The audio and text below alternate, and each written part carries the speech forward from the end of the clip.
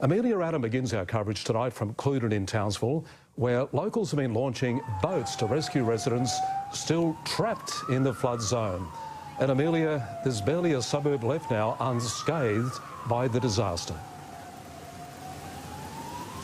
Yeah, that's right, Rob. There's not many suburbs now that haven't been impacted by this water.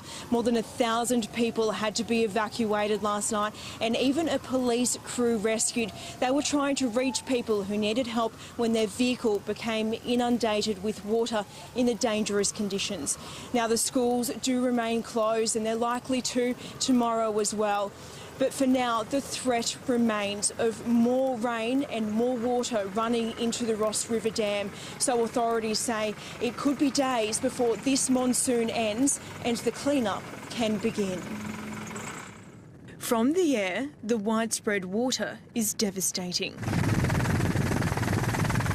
But the bird's eye view gives only some idea of the enormity of this emergency. Down on the ground, the exodus continues as residents are forced out by the rising tide. Amelia Adam is at Townsville Hospital. Amelia, what's the latest on the boy's condition?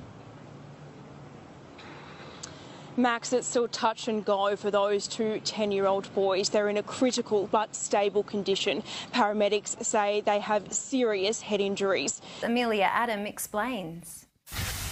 Researchers here at James Cook University have been looking into how different age groups respond to the graphic pictures on cigarette packaging. Amelia Adam is in Townsville for us this morning. Amelia, this is a heartbreaking development.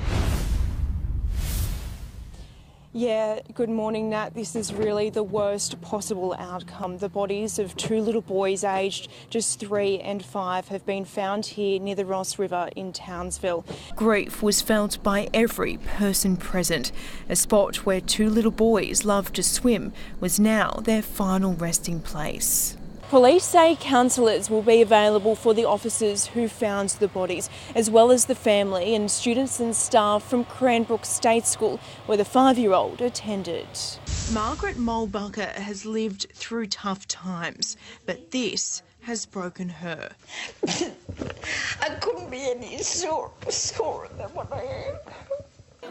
Today, students learnt a lot about turtles. Do you know why they have shells? Why? Because they